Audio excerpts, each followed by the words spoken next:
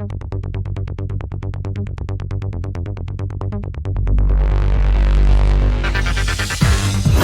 के लोग चुप रहते हैं तो यहाँ के मंत्री झारखंड के मंत्री हैं। झारखंड संभल नहीं रहा है और देश विदेश की बात हो रही है। चाहे सरस्वती पूजा हो, राज्य में जितने भी हमारे त्योहार होते हैं उन त्योहारों पर कोई न कोई विघ्न उत्पन्न करने का काम लोग करते हैं।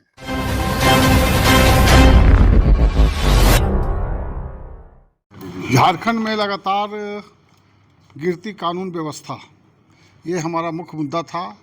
और पिछले दिनों जो धार्मिक त्यौहार थे हमारे सनातन हिंदू धर्म के हिंदुओं द्वारा जो मनाया जाता है, उसमें विशेषकर रामनवमी का त्यौहार हो, चाहे कोई भी पर्व त्यौहार हो, चाहे छठ पूजा हो, चाहे सरस्वती पूजा हो, राज्य में जितने भी हमारे त्यौहार होते हैं उन त्योहारों पर कोई न कोई विघ्न उत्पन्न करने का काम लोग करते हैं। तो इसलिए इन सारे मुद्दों को लेकर राज्य में जितनी भी घटनाएं घटी है कि आखिर ये क्या मामला है कि केवल हिंदुओं के प्रोसेशन पर भी, हिंदुओं के ही शोभा यात्रा पर क्यों पत्थर चलते हैं, क्यों कार्रवाई होती है, क्यों हमला होता है। ये एक सोची समझी रणनीति है।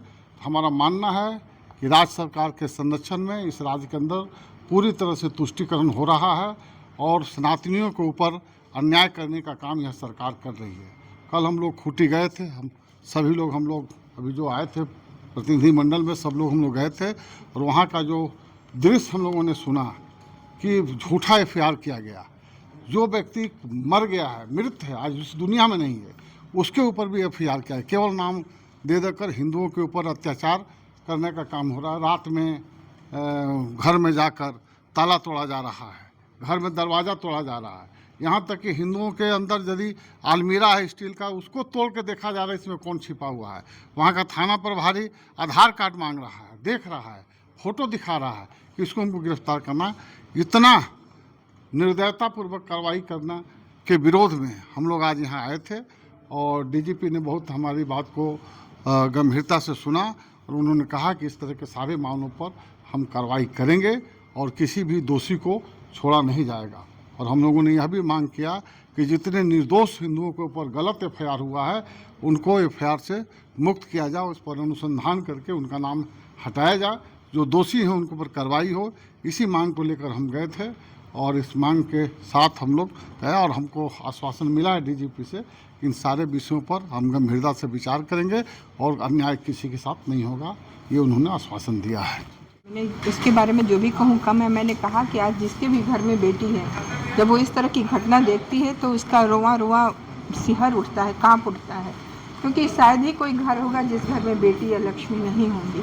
और इस प्रकार से जो घटनाएं घट रही हैं और उस पर लगाम नहीं लग रही है और महिलाओं के साथ जिस तरह से अत्याचार लगातार आप देखिए, आए दिन हर दिन कोई ना कोई कहीं ना कहीं घटना होती है और वो हम लोगों को देखने को मिलता है। तो उन्होंने आश्वस्त किया कि नहीं, हमारा भी ध्यान है और हम लोग पूरी तरह से कोशिश कर रहे हैं और 2-4 दिनों में परिणाम आएगा। हजारीबाग में भी जो हम लोग पहुँचे तो मुरहू से बहुत बड़ी संख्या में हम लोग चूँकि खूंटी गए थे, जानकारी होने पर वो लोग आई और वो बताएं कि रात में पुलिस प्रशासन के द्वारा आके दरवाज़ा तक तोड़ दिया गया। एफआईआर का मतलब ये कभी नहीं होता है कि वो व्यक्ति दोषी है। एफआईआर में नाम आने का मतलब ये नहीं है कि आप इस हद तक अरेस्ट करने के लिए चले जाएं कि लोगों के घर दरवाजे तोड़ दे, अलमारी तोड़ दे और उसमें व्यक्ति की खोज करें। तो हम लोगों ने कहा कि इस तरह की घटनाओं पर रोक लगनी चाहिए। अपने प्रशासन को इस तरह का निर्देश दीजिए कि जो दोषी हैं उन पर कार्रवाई हो, कोई बात नहीं, लेकिन जो दोषी नहीं हैं उसके साथ इस तरह का बर्बरता अगर प्रशासन के लोग करने लगे तो ये बहुत ही दुखद है। झारखंड में लगातार गिरती कानून व्यवस्था, ये हमारा मुख्य मुद्दा था। और पिछले दिनों जो धार्मिक त्यौहार थे हमारे सनातन हिंदू धर्म के हिंदुओं द्वारा जो मनाया जाता है, उसमें विशेषकर रामनवमी का त्यौहार हो, चाहे कोई भी पर्व त्यौहार हो, चाहे छठ पूजा हो, चाहे सरस्वती पूजा हो, राज्य में जितने भी हमारे त्यौहार होते हैं उन त्योहारों पर कोई न कोई विघ्न उत्पन्न करने का काम लोग करते हैं।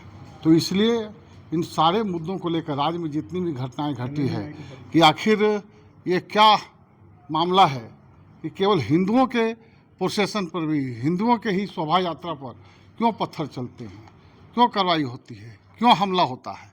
ये एक सोची समझी रणनीति है। हमारा मानना है कि राज्य सरकार के संरक्षण में इस राज्य के अंदर पूरी तरह से तुष्टीकरण हो रहा है और सनातनियों के ऊपर अन्याय करने का काम यह सरकार कर रही है। कल हम लोग खूंटी गए थे, हम सभी लोग अभी जो आए थे प्रतिनिधिमंडल में सब लोग हम लोग गए थे और वहाँ का जो दृश्य हम लोगों ने सुना कि झूठा एफआईआर किया गया। जो व्यक्ति मर गया है, मृत है, आज उस दुनिया में नहीं है, उसके ऊपर भी एफआईआर किया है। केवल नाम दे देकर हिंदुओं के ऊपर अत्याचार करने का काम हो रहा है। रात में घर में जाकर ताला तोड़ा जा रहा है, घर में दरवाज़ा तोड़ा जा रहा है। यहाँ तक कि हिंदुओं के अंदर यदि अलमीरा है स्टील का, उसको तोड़ के देखा जा रहा है इसमें कौन छिपा हुआ है। वहाँ का थाना प्रभारी आधार कार्ड मांग रहा है, देख रहा है, फोटो दिखा रहा है कि इसको हमको गिरफ्तार करना। इतना निर्दयतापूर्वक कार्रवाई करना के विरोध में हम लोग आज यहाँ आए थे और डीजीपी ने बहुत हमारी बात को गंभीरता से सुना और उन्होंने कहा कि इस तरह के सारे मामलों पर हम कार्रवाई करेंगे और किसी भी दोषी को छोड़ा नहीं जाएगा। और हम लोगों ने यह भी मांग किया कि जितने निर्दोष हिंदुओं के ऊपर गलत एफआईआर हुआ है उनको एफआईआर से मुक्त किया जाए, उस पर अनुसंधान करके उनका नाम हटाया जाए, जो दोषी हैं उनके ऊपर कार्रवाई हो। इसी मांग को लेकर हम गए थे और इस मांग के साथ हम लोग गए और हमको आश्वासन मिला है डीजीपी से कि इन सारे विषयों पर हम गंभीरता से विचार करेंगे और अन्याय किसी के साथ नहीं होगा, ये उन्होंने आश्वासन दिया है। प्रदेश में गिरती हुई कानून व्यवस्था और लॉ एंड ऑर्डर का खराब होना, अपराधियों से पुलिस प्रशासन का भय खत्म होना, हमारे भारतीय जनता पार्टी का प्रतिनिधिमंडल कल खूंटी भी गया था। उसमें हमारे राकेश प्रसाद जी थे, बालमुकुंद सहाय जी थे, नीलकंठ सिंह मुंडा जी थे, सीमा शर्मा जी थी और सभी लोगों ने वहाँ पर वस्तु स्थिति को जानने का काम किया। 27 तारीख को ही मस्जिद के तरफ से जब 4 हिंदू भाई जा रहे थे सूचना देने, उसी समय घटना के आगाह उसी समय पता चल गई थी, लेकिन पुलिस प्रशासन को अगर सजग रहता तो ये घटना नहीं घटती। और घटना और पत्थरबाजी के बाद एक पक्षीय कार्रवाई करके और निर्दोषों पर एफआईआर दर्ज करके रात में महिलाओं को दरवाज़ा तोड़ करके जिस तरह का पुलिस ने बर्बरता दिखाया, लोगों में बहुत आक्रोश था। आप देखिए कि कल पूरा अनिश्चितकालीन बंदी था, चाहे खूंटी हो, अड़की हो, मोड़ू हो, तुरपा हो, लोग आक्रोशित थे। हम लोगों ने उन्हें जाके समझाने का काम किया और आश्वस्त किया कि कल आज के दिन डीजीपी से मिल के ये वस्तु स्थिति को रखेंगे। और झारखंड में जिस तरह से विष्णुगढ़ में 12 साल की बच्ची के साथ दुष्कर्म के बाद हत्या हुई, उस पर भी जो अभी तक कोई पुलिस प्रशासन अभी तक पहुंच नहीं पाया है दोषियों तक, उस पर चर्चा हुई। जो लगातार कानून व्यवस्था, दिन दहाड़े मर्डर, दिन दहाड़े रैंडम आपका रैंसम मनी का डिमांड, रंगदारी की बात, हर विषय पर झारखंड के परिप्रेक्ष्य में चर्चा हुई। बहुत सकारात्मक पहल से बात हुई और डीजीपी ने बहुत आश्वस्त किया कि जितने हम लोगों ने बिंदुवार और पूरे झारखंड प्रदेश का इंफॉर्मेशन उनको शेयर किया है, उस पर वो गंभीरता से लेंगी और जो दोषीवार होगा उसको कार्रवाई होगी। करण जी, बीजेपी ने जो बंद कराया है जानबूझ के, जबकि उस दिन त्यौहार है ईसाई धर्म, देखिए जो घटना घटी है, मुझे अच्छा लगता कि अगर जेएमएम के लोग बोलते कि 12 साल की जो बच्ची के साथ दुष्कर्म हुआ, हत्या हुआ और उसके साथ उनके सरकार के मंत्री पूरे देश विदेश की बात बता रहे हैं कि वहाँ घटना होती है तो भाजपा के लोग चुप रहते हैं, तो यहाँ के मंत्री झारखंड के मंत्री हैं। झारखंड संभल नहीं रहा है और देश विदेश की बात हो रही है।